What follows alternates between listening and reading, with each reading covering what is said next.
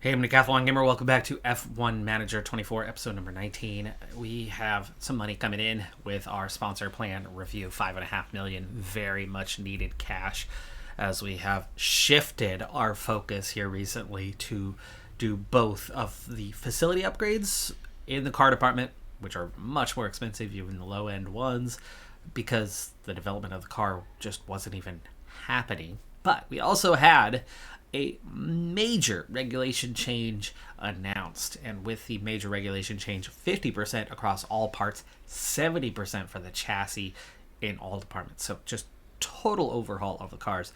And with the massive change, we need to get started on research, and the clock's already ticking, and I have not had the money to do even one research project yet. Now with $5.5 million, we at least have a chance to get our first project on the go. We're going to take a moment and talk about why it is so important that I do research instead of upgrades, because there's more than one reason for this.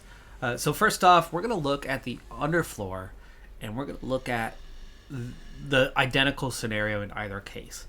I have not used any hours for the current period. In fact, it's already down to just 43 days, as I've had to sit and wait for an influx of cash. We now have $6 million. I could technically do more than one research project at the moment, but the way the facility upgrades are currently, as I'm still waiting on the upgrades to conclude, and before I complete this and jump into it, I might just look and see where our window is, because I've got 43 days.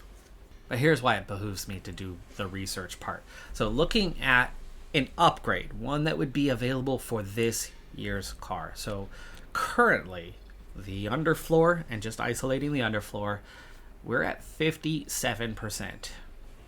Going all in with all of our hours, we would gain the expertise, and the facilities would help us gain 5.5%, bringing us up to 62%. The downforce, you can see we'd gain nearly a tenth of a kilonewton from 4.13, 6.12, 7.57. Airflow sensitivity would be in that same ballpark of 5.25 to 5.5%. Overall, those gains are pretty minor. But of course, we've made a habit this season of shedding weight while we're at it. And you can see that could get me without going unbalanced. And let's not even go there at this point. It would get us solid gains. I mean, it would certainly make us faster. The high-speed net gain would be quite healthy. I'd like to have it. This is what research does. First off, I can already gauge whereabouts we will be next season. The drag reduction will fall from 57.1% to 35%. It's a 22% drop. But a 22% drop with 35% remaining, that's not actually 50%. The thing about it is there's a range. You can't make any of the parts 100%. There is an upper limit to all of them, and as you draw closer to those upper limits, there is extremely circumstances of diminishing returns. You get less and less and less out of it, and that's what bunches the field together in a competitive nature at the front. It's when you have these regulation changes and you hit the bottom that everything gets all over the place. But as much as there is a high-end limit, there's also a low-end limit. It seems to be that somewhere around 10 or 15% is actually the baseline. And that 10 or 15% is totally excluded from the conversation whatsoever. And so the 50% we're losing is certainly hurting. I mean, it's bringing us down a lot. 35% is quite low. Didn't we start somewhere around there? I mean, our year one car for the underfloor was something along those lines. So it's kind of putting us back to the year one car.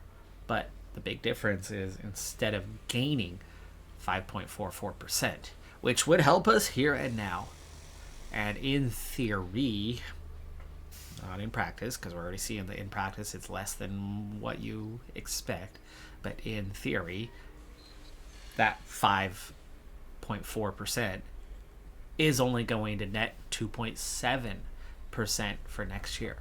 So we would gain 2.7%. It would help us here and now. It would help us in 2025.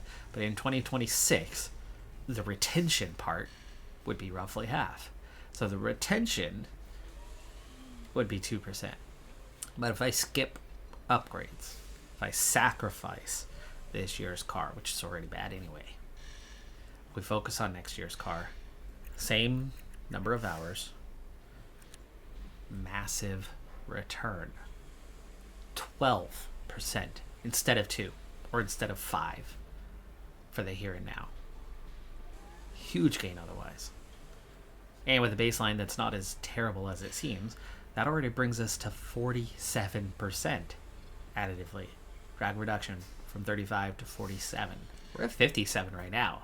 That's only 10% short of where we are. All in on another project, diminishing returns, it wouldn't be as much, but we could be maybe 2 all-in underfloor research projects from having the same underfloor we had. I mean, that's crazy. That's why research is crazy important. I think one of my primary goals is going to be just to try to get back what we had, because I know that nobody's going to get back what they had. Nobody. That's the whole point of new regulations, right? You reshuffle the grid, you lower the rate, and then you build up again, and you get the most out of the regulations, and then you change the regulations so that you can build up. You reset the baseline. If I get back to our baseline, if I get above it, we're going to have a much more competitive car next year, because others are going to drop down. They are not going to recover what they're losing. Red Bull is not going to recover what they're losing. They are going to have a weaker car, guaranteed. And if we have the same car, their weaker car might still be better than ours, but they're not going to be 2 laps ahead. They're not going to be a lap ahead. We're going to be competitive. It's a lot to ask. It's a lot to try to get back. And this is all in on one project for this ATR. There's only so many periods, and we don't have that much time. We don't have that much resources. It's not how it's going to function. But I would love to get a handful of these components back in the ballpark of where we were. And with better facilities, as the season goes on, we might actually have a shot at it, because at the moment, we're still dealing with the facility shortage. Quick glance at the calendar makes it pretty damn obvious what I need to do. If I'm putting all of the hours for the current period into one research project, and you can only put 1 engineer on a research project, and you can have 4 research projects active at a time, and we're talking about next year, right? It's research. We want the maximum benefit, am I right? But we're going to compare some numbers soon enough. But soon enough being not yet today. Here's where we're at on the calendar. It's May. Before the end of May, in just over 2 weeks, a facility construction, the car part test center, will be complete. Then early in June 3rd, the second one, the design center upgrade, will be complete. And our ATR does not end until late June, just over a month from now. Which means right after the 3rd, right after that facility upgrade is complete, I can go all in on, say, like the 4th on the underfloor upgrade, and I bet you we're going to get an even bigger and better return than we will. We'll compare that, but that still happens 2 weeks before the period, and then you get new hours. And we have 3 slots remaining and 3 engineers to do other research projects at that time, so it will not hurt me at all to wait. So I'm going to be patient. So we follow up the best race of the series, first time we've ever scored points, with, well, another Red Bull fastest lap and victory, and more than half a second faster than everybody else. Ferrari, McLaren, next up Hamilton, and the other Ferrari getting 4th place. Norris, another Williams strong performance here with the Aston Martins, and Fernando Alonso squeezing in the final point of this one. But it is a good result from our team after starting literally on the last row. Looks like some DNFs have definitely helped us out, though. But Oudekouwen is 12th, Winter is 14th. Second best finish for Oudekouwen this season. I think that is the best finish for Winter so far this season, but 2 laps down each, so really Not great pace, but the new components certainly helping us out. The biggest thing helping us out, though, is a whole lot of luck with 6 DNFs, including both of the Haas cars. And that's it. We only finished ahead of one team. No, Pierre Gasly. So both our Bs are behind us. Hulkenberg ahead of us in the Kick Sauber means we don't even manage to beat them today. But yeah, we do manage to beat 2 teams. That was Alonso's first point of the season, but that's 3 for Alpine now. 2 races in a row that they have scored. Of course, they, like us, did benefit from the luck of a whole lot of DNFs to move up. But we just don't have a very good all-around package, and that's to be expected. But if Kick Sauber can go scoreless all season long, we're guaranteed 10th, right? I think I would be okay with that. Keeping in line with my recent trend, the suspension simulator, right? We've been gaining nothing on the suspension. I have not even done a single upgrade to a suspension in this entire series. What I have done is did a little research. The research was less penalized and got a suspension for this year that's somehow slightly better than the one we had a year ago. But we desperately need an upgrade. We need a suspension simulator before we can start researching the suspension, because the minimal gain in research a year ago is not something that I'm going to repeat this year. We need a massive research projects, and the only way to do that is going to be with a little help. I'm only going to do the one on the suspension simulator for the next couple years to come, I would think, but that one should at least get us the ability to bring it along in the lower reaches, just not into the upper reaches, as in, yeah, we can cover that lower ground. We can make it serviceable. First one's done. We've got some time to wait on that second one, though. Starting from the last row in Monaco is a kiss of death. I would not be surprised at all if we're at the very back of the grid. All we can really hope for is a little luck of some DNS to move us up so we can at least get paid. I still need that top 20 for each to get our 900K. But it's a 1-2 for Ferrari with Leclerc ahead of Hamilton. Leclerc winning the Monegasque, winning his home race. Piastri Sainz only 4th for Sainz, so real surprising there. Apparently their biggest advantage is pace and not aerodynamics, as Ferrari seems to be a bit off on pace but have good aerodynamics, or at least this result versus previous results would suggest something similar. But Norris, Williams, right up there again. Albon and the Haas back into the points today. And there goes the last team securing points. Nico Hulkenberg in a Kick Sauber scoring points.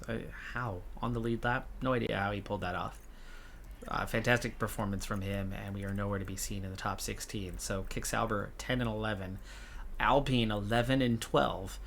Very unexpected result from all of these guys, and we are in a little bit of trouble. And now every team has scored points this season. We are exactly where I figured we would be, literally at the very, very, very back, 2 laps down. And our pace was way off of everybody else's. This is where all of the deficiencies of your car become a real problem, and all of the deficiencies of your driver becomes a real problem, as Gio is 19th, only 5 spots down from where he even bothered to qualify in the Red Bull. Yikes on that. Lawson and Hauger, and you figured the driver quality of Oedekoven would have done more to boost us up, and it certainly did in at least one respect. She had a full second faster. But Vinter did go for a 1-stop strategy, and Oedekoven was going for a 2-stop strategy, and my guess is we just couldn't make any overtakes, including in regards to Vinter, who was the slowest qualifier and was slow as molasses, and Oedekoven just got stuck behind her and couldn't get around her. That would be my guess on the outcome here. And maybe that's what happened with Gio as well. Maybe he went for the 2-stopper, and it just clearly did not work. But Vesti, the only car to DNF, and it was on lap number 1 without a best lap time. So that's a terrible result from us. And with the tiebreaker, that 11th place finish in this very race, our next best was 12th, so that is a tiebreaker for Kick Sauber, and we're right back down to 11th place in the Constructors.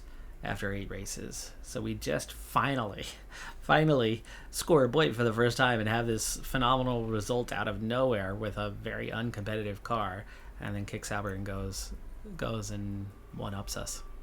Right on into June, driver development update. Winter +1 to cornering, control, smoothness for Oedekoven +2 to braking. Wow, she's going to outbrake everybody, which is something that Red Bull's been able to do for a long time until all of a sudden a loophole was closed and they suddenly have an undrivable car. Overtaking +1, defending +1. That's a 90 in overtaking now, her second 90 attribute. Madeline Brunn up to an 84 overall, our highest rated staff member, the race engineer, so it really helps us. And here we go. Design Center Level 2 is done. So Design Center Level 2 back up to 100% effectiveness, up to 2% from 0.6. We also have that car part test center done. The suspension simulator is going to take a little bit too long, so we need to get that first research project on the go. But I think with the 2 upgrades, we could be looking at something substantially better. Not enormously, but better than what we would have gotten. Well, isn't that something? The research, absolutely zero difference from the facilities. This is the exact numbers we were looking at a few weeks ago. 12.3%, 12.43%, 0.2525, and 1.2 was the exact numbers. I wrote it down, and 12.43%. So the facilities not making a difference, which means actually it's really coming down to the hours that you put into it. By the way, the upgrade projects, the hours only add a little bit. The project itself does so much, and then the rest comes down to the last little bit of research only increases it by a little. The base project itself gives you a certain amount of increase. I may find it in my interest for the remainder of this season to roll out the occasional upgrade on the car without any hours being used, just to a couple key components, I would think. And then like the wings, you go through wings pretty fast, right? So having upgraded wings could be beneficial to this season and in the long term. How much it picks up the baseline, I don't know, over the research we're doing, how that all would function. I'm always afraid to do research projects on something and then upgrade it later. Are you going to carry over any of that benefit, or is your research baseline on where you started and then you're losing whatever that gain would have been long term? Anyway, the research projects start really low. It starts at 2%. We throw all those hours into it and all of a sudden it grows to 12%. So it's the hours. The hours are the one making the difference on the research, where it's conducting the projects themselves on the upgrades. So a little combination of both might be in order, especially if the finances get a little better. And the research being unaffected by the facilities means it's the upgrades that the facilities will impact the most. And that's what we need this year. So maybe we will go back to mixing things up a little bit. Definitely a revelation. Montreal, Sainz wins again. 9 races into the year now. So halfway through our next period on components here. The Ferrari is a 2-3. Definitely their best stretch of the season. The last 2 races have been good for them. We're back to the usual suspects in the points, other than Albon in the Haas cracking the top 10. But Kick Sauber, again, high. Did they receive a huge timely upgrade that's made their car significantly better? It feels like they might have. I haven't seen an Alpine yet, and Oedekoven comes in 15th. So I think we at least beat one team today. Winter is just 20th, 2 laps down. No DNFs in the field. Alpine was slow. Alpine was definitely off the pace. Sonoda, recent race winner, was just 17th today. Probably carried damage. He seems to be the only one who was suffering in that sort of manner, as it's your usual suspects at the back otherwise. So at least we do manage to beat a team today. We nearly beat the Williams. And Norris was 21st. It's probably Sonoda and Norris coming together, one would think, based on how things have gone of late. But we're looking at Sonoda started really high up the grid order and Norris did not. So maybe it was after a pit stop. Could have been after a pit stop. Could have been like Sonoda taking an early pit and Norris extending a little bit, and then maybe they came together as Sonoda was trying to overtake Norris, and that could be how both of them ended up there, because otherwise it's very much out of position, out of character for the pair to be so far back. Anyway, we do just enough to get the 900k, so that's fantastic. But the string of not great results continues, but at least it's a decent result for the board situation. Speaking of, let's check in. It's been a couple months since we've seen what the board was up to in their opinion of us and our job. By the way, we are dead last in the fastest pit stop competition, and I think we don't even have a point yet this season. Not one. We've had a few really good pit stops, way better than anything we had last year. We are over a second a pit stop faster than Kick Sauber is in real life.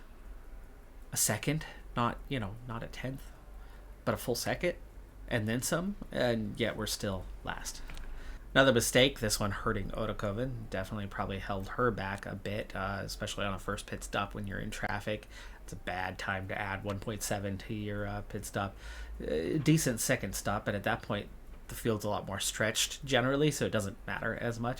Consistency with Vinter, but not good stops. We had one slightly below average stop, two a fair bit below average stops, a tenth to a tenth and a half, and one really bad stop, so not a good day for the pit crew. I don't quite have the cash, so I'm going to have to sit on this idea for a little bit, but the concept of going in and doing some upgrades, in particular to the wings, the cost is a little higher. It's 1.8 million for the front wing, rear wing type upgrades, but we are so far behind everybody else that even without putting hours in, with our current state of facilities, which is now improved and taken care of in the short term, suddenly we can see massive gains. Now going neutral, we can get 0.029 and healthy marginal gains in the aerodynamics department. But the most important thing about the front wing is your low speed and then less so medium speed cornering. That's the main benefit, and hyper focusing on the main benefits of the components does have a lot of long-term benefit. One of the key reasons why I haven't done much of that, I certainly did early in season 1, but one of the key reasons why I haven't done too much of it is that you unbalance your car to an extent, and we are so weak in so many areas that getting the universal benefit brings the whole car up. But realistically, each component specializes. The underfloor gives you high speed cornering. The rear wing gives you DRS and top speed bonuses and acceleration bonuses, right? You're decreasing drag. So it matters. Now, in game, it has more universal benefits, but has key benefits. And if you hyper focus on the key benefits and make that really strong first, ultimately, you make the car a lot better if you do that component by component than you do just going base neutral and improving everything. It's the only reason why I hadn't done much of that is that we're so weak in everything that we're getting big bonuses everywhere, and we can really bring the whole of the car universally up instead of one piece at a time. But as we're focusing mostly on research now, the occasional upgrade, I think I'd like to see that hyper-focused benefit where we can. So for the front wing, that's the low-speed cornering. And so we're hopefully going to be a lot better at low-speed cornering if I'm going to do this a couple times, especially if this is without hours and we're looking at a 0.05 G upgrade to our low-speed cornering. I mean, that's massive. When our deficit is just over a tenth or a tenth and a half, if we're gaining half of a tenth in 1 hourless upgrade, imagine where we'll be once we've gotten through a few. And that's to grid average, not to the back of the grid. We're still behind everybody in everything except for acceleration. We are dead last in everything, just besides the acceleration piece, and that's through 5 upgrades on the car, and we're still dead last in everything. So this could go a long ways to get us out of that last place spot and maybe even see us reach grid average. And if I'm only doing the front wing and the rear wing, and then maybe a little later on we do something like the chassis or the underfloor. The problem with those is the manufacturing side is crazy expensive. on those particular components. But we go through wings fast, and so we manufacture wings on a regular basis. They're cheaper to manufacture anyway. It's just the research projects are more expensive up front. But this is looking like a pretty solid return that I think is worth the cash. But again, gotta wait a little bit. I need 1.8 million. We are not going into debt right now. Well, here's a good way to take care of that shortfall of cash. Here's 5.5 million. Well, it's great to have you with us, folks, as we settle in for the weekend's Grand Prix action. Well, they certainly appear calm and composed heading into this race. Sitting in 22nd with a long and difficult race lying ahead, sure to be a test of resilience and patience. But there's no more time left. We've got a race on our hands. One of the oldest races on the Formula One calendar. This is the Spanish Grand Prix. And it's lights out and away we go. And we're going to sit in for a live race on this one with a bit of wild strategy, in my opinion. The wild strategy being start from the back row. Wait, no, that's not wild. That's our norm. We're always off pace. Big crash ahead of us. We are not involved. It looks like it's just a lot of and now we've had a crash. Body work, though, is all. So it's not going to DNF anybody or anything, but good offset. It's bad enough. So we got a Ferrari coming up on turn 1, and that's just a touch on the inside with the McLaren. So the McLaren getting into the side. Was that a secondary contact with the is that an RB or the Williams? I think it's an RB.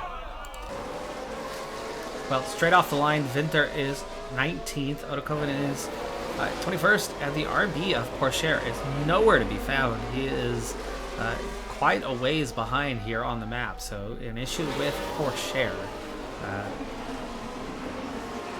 No idea what happened with him at 8.5 seconds down. And he's having an issue too, so Porsche has picked up a penalty? So did Porsche, is he the one who made the contact? That's a strange one for Porsche, but hey, we'll take it. Collision caused. 2 crashes, maybe? I don't know. Anyway, it's the start we were hoping for, but it's going to be interesting to see what sort of pace we actually have. And today's mission is to push like crazy. The fastest way to get around the Spanish Grand Prix, to get around Catalonia, apparently, is going to be to drive pretty much flat out and be on the softs all day long, which most of the teams cannot do. Can't even come close to doing, as we're up to 19th and 20th now here, still on lap number 2, so it's still time to push.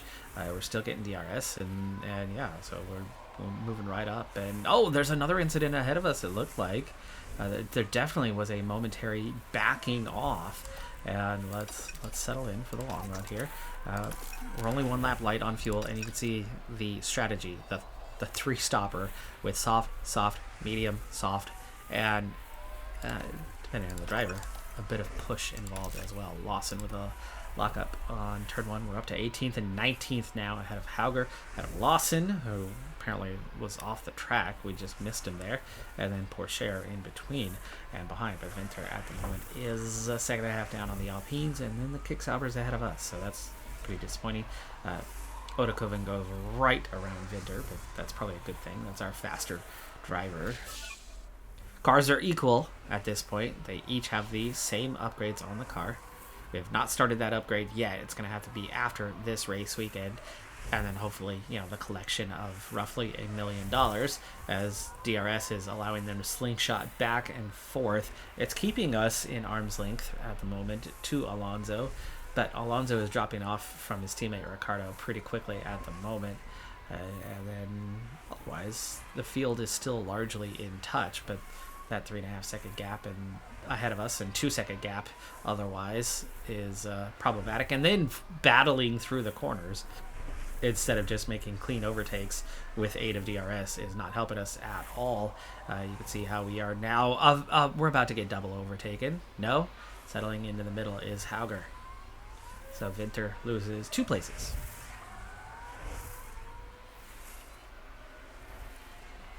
All right, well, let's speed things along. We're still a team that is very much off the pace. We have the slowest car by some margin, and we're just kind of lucky to do anything. And I think a lot of it's coming down to just having two pretty quality drivers compared to the back of the grid. Not to the front of the grid, but compared to the back of the grid. We get a bit more out of the car than they get out of theirs. And if the car is anywhere near competitive, then we're okay. And we are last in everything, which makes us relatively uncompetitive. But at this stage, our last in everything is only kind of just last in everything. So it's not like it was the first race of the season. The 5 upgrades we have had brought us a hell of a lot closer to everybody else, which is why we're seeing better results. It's why we've squeezed out that 10th place. Of course, there was a lot of luck involved in that, but it's how that occurred. We're 10 laps in now. Starting lap number 11, it's Leclerc at the front. It's still front between the front 3, or still tight between the front 3, and Gio off back of them in the fastest car. His rocket ship, he forgot the on switch.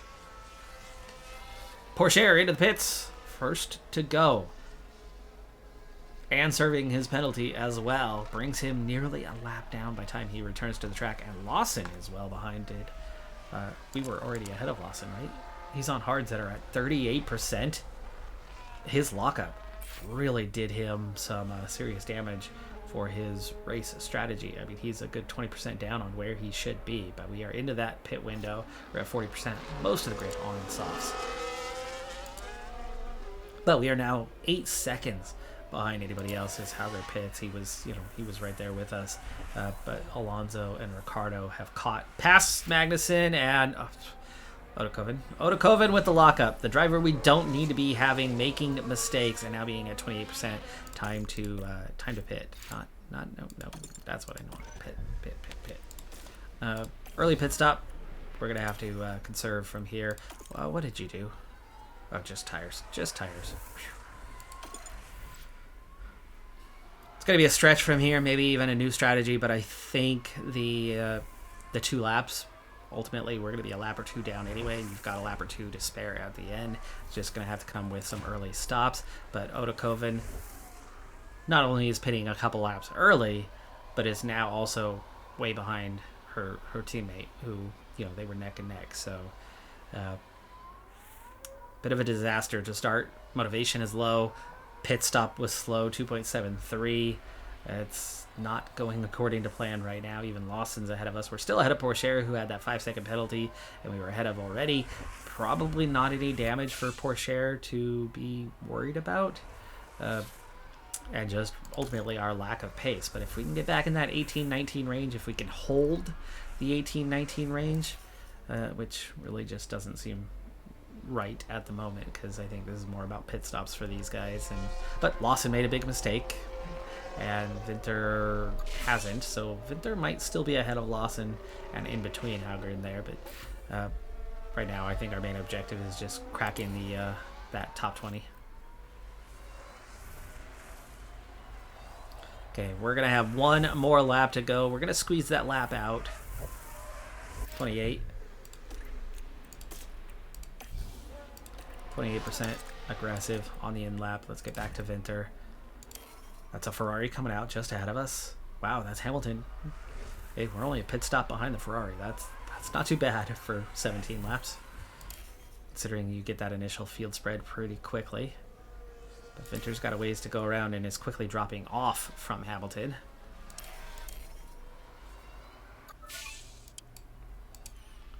We're right on board for this one. Let's hope for a better stop. We've had a pretty bad run from our pit crew here recently. It's not fatigue related. 2.639, still below average. Still below our average, but we are into the 2.5s, by the way, on the average. So comfortably into the 2.5s. And we come out just behind Porsche. And just ahead of Otokoven. And a couple seconds behind Lawson.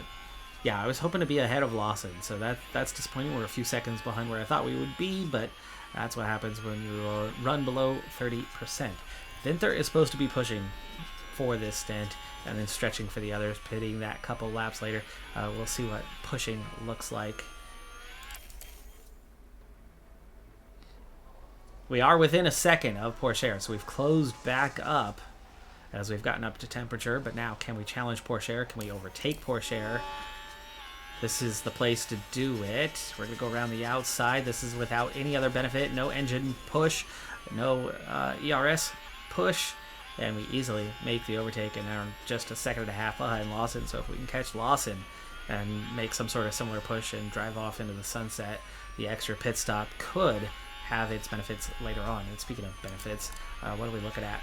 Everybody around us is on mediums or hards except for Hauger, who's on a beat-up engine and already 63% on those softs. Yeah, looking pretty good right now. Most of the grid is going to be a lot slower.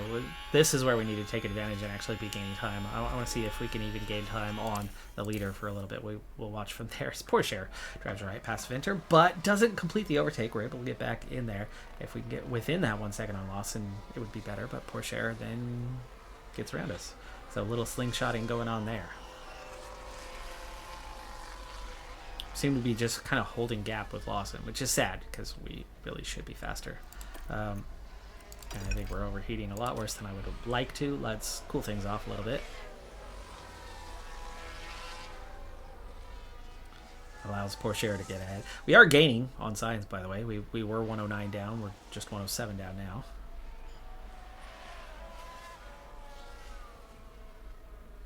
Down to 61% already. Okay, we've cooled down. Let's go back to pushing. Let's see if we can actually make up some ground now. Pit stop at the front. Definitely brings us closer. Everybody's within 1 minute of each other. Norris also into the pits. But we're still running very much at the back of the grid. This is not where we wanted to be. This is not how we wanted it to be, 20th and 22nd. We're going to need a little DNF helping. There's, 4 guys with some complications with their vehicles. As Hauger pits. I'm hoping for some cars coming out on hards and being quite slow. We are right there with Pourchaire. 5 seconds behind Lawson. Just a couple further from Magnussen, and then gaps are much too big after that. I mean, we really aren't racing with any of these guys. 32. Hey, we're past our stop. Let's go ahead and stop. Venter, where you at? Down pit road for Venter for that second stop. It's going to put us well behind some of the other cars, and it looks like it's going to definitely put us a lap down, and it does. We're already a lap down now. 2.684, another slow stop, about a tenth of a second off of what is our now average pit stop time. Maybe even more than that. Okay, the early stops. We're going to go one more for Oedekoven, and then we're going to pit as well. So Oedekoven pit a couple laps earlier and is going to pit 1 lap later, but didn't push on the stint. The gap between the two, not substantial, but that 3 laps making a difference. And Venter certainly did make at least some sort of progress. Let's get up to temperature. Make sure we're with Oedekoven as we come around. Oh, did I not? Oh yeah, 1 more lap. That was ugly though. That was a blue flag situation though, was it not? Yeah, that was definitely blue flags. But that hurts, losing that extra time. Being aware of those blue flags and timing that and not just tire wear. Could have been a better strategy on that if I was paying close enough attention to the fact that these guys were coming behind us. And here's Oedekoven again on the verge of more blue flags because you back off and let those other cars go. Okay, we are up to temperature. Let's settle in. Fuel wise, we're at the halfway point of this race and we've not recovered half the fuel yet, and there's only 3 cars a lap down and we've got 2 of them.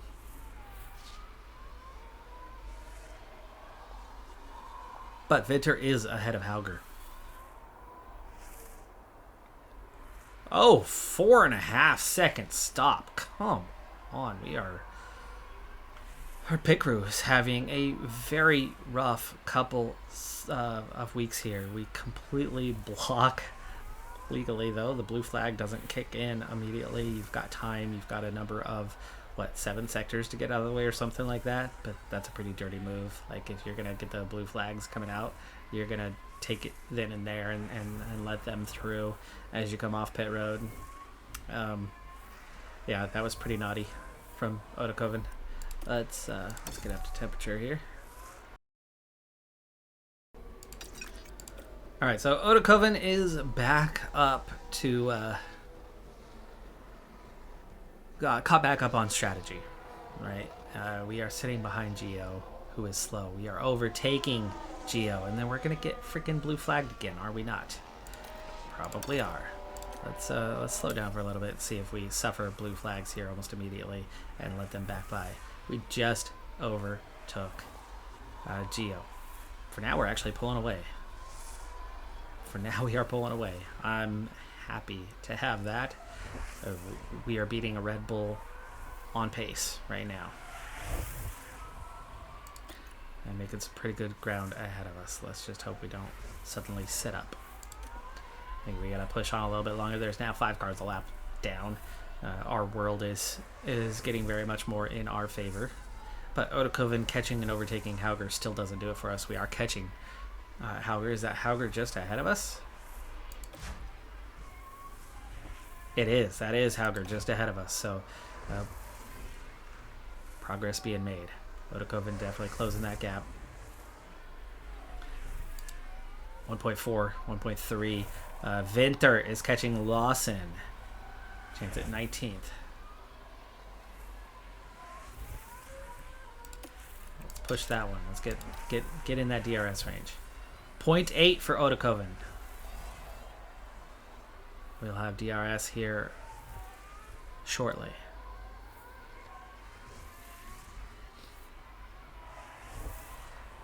Porsche pits. DRS closes us right on up.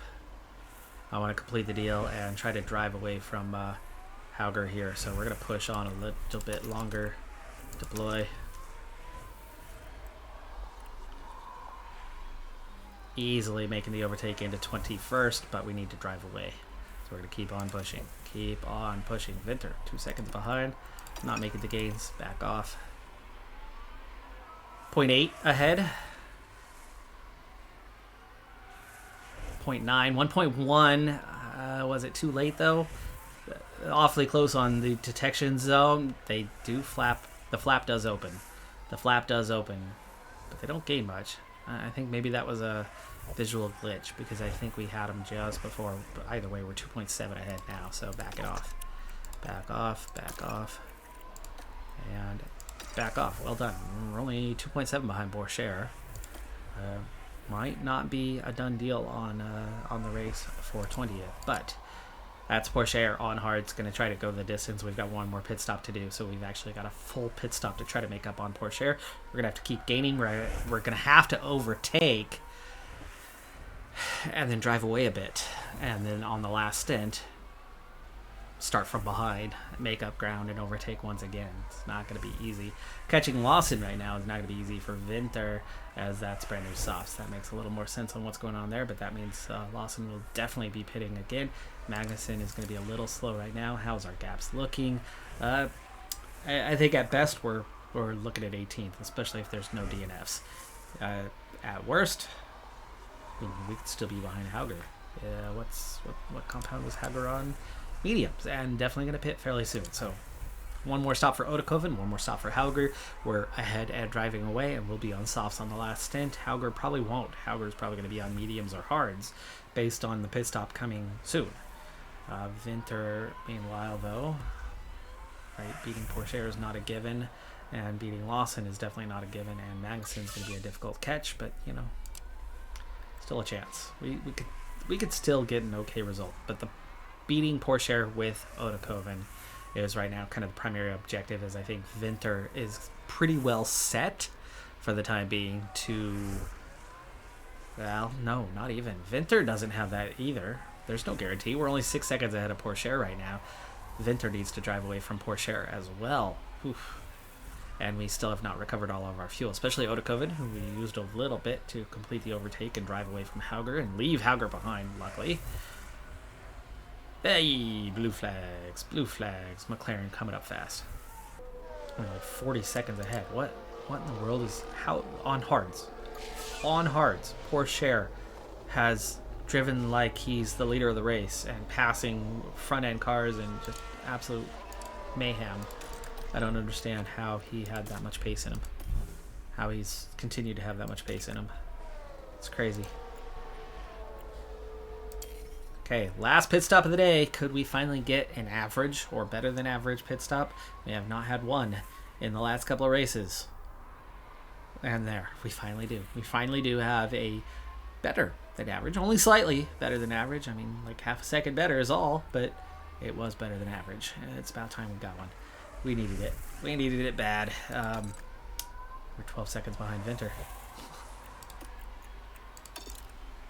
We could definitely do a little bit of pushing here with Odakoven, but what difference is it going to make? It's 28 seconds to Magnussen. 28 seconds. We're not going to catch him. Conserve. And just drive standard. Don't crash. Don't crash. Don't mess things up. Just get it home in one piece. I think we're going to have to concede defeat on this one. So it's Leclerc in the lead, Russell, Tsunoda. So the Mercedes having another good day. Depends on the track, really. But this is the one. This is the track that kind of tests everything. It's got low speed, it's got medium speed, it's got high speed, it's got a long straight. So it tests your top speed, it tests your acceleration, it tests all your cornering, it tests the DRS, it tests every aspect of the car, which is why so many years this has been where the preseason testing takes place. But Vinter just 10 seconds behind Magnussen. Magnussen having some issues, but we're also, 54%, 3 laps to go, and not perfect on the fuel. We got to back off just a little bit. I think we're actually okay because we're more than a lap down, but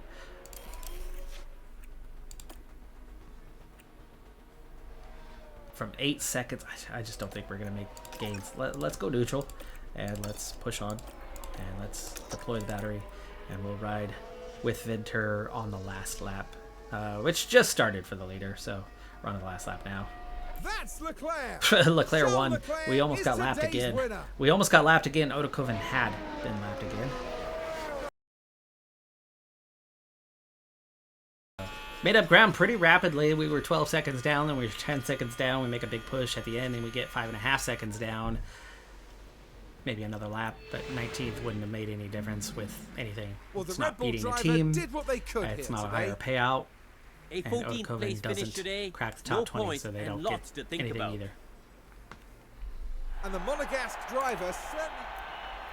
So obviously, another 11th is not good, right?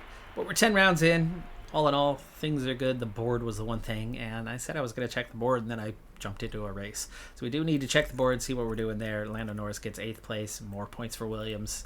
Heck of a season that he's pulling in for them. But yeah, 20th and 21st, not the way we wanted to go. And we beat a Williams. Williams scored points, and we beat a Williams. And not just from the DNF, right? We were ahead anyway. Oh, Odakoven in 87 overall now. She just continues to just fly along. The board, well, we're staying at medium at least. Race performance, satisfied. Definitely better lately. I mean, we have had 4 successes in the last 7 opportunities. And the finances, a week away from that January 12 hours being erased from memory, and we will be back to satisfied in that department. And meanwhile, the board confidence remains at medium. They're already disappointed with objectives, and they're disappointed again right now, so I think that would just kind of be stationary. So for the time being, our results are just consistent enough that we seem to be staying out of trouble. We don't know that that will last. We suddenly have 7.5 million, so we do have a little bit of money to spend. We of course do have a research project on the underfloor underway, and that front wing upgrade is now ready for me to activate and get on the go. And so we will make some more upgrades to this year's car after all, and we are primarily focused on the research side, but it takes hours, and that's going to be the focal point of that one. Is we're going to dump 100% of our hours into research for next year and just upgrade what we can, how we can along the way. That's going to do it for this episode. I'm Decathlon Gamer. Like, comment, subscribe, and I'll see you next time. Have a good one. Be safe out there. Bye for now.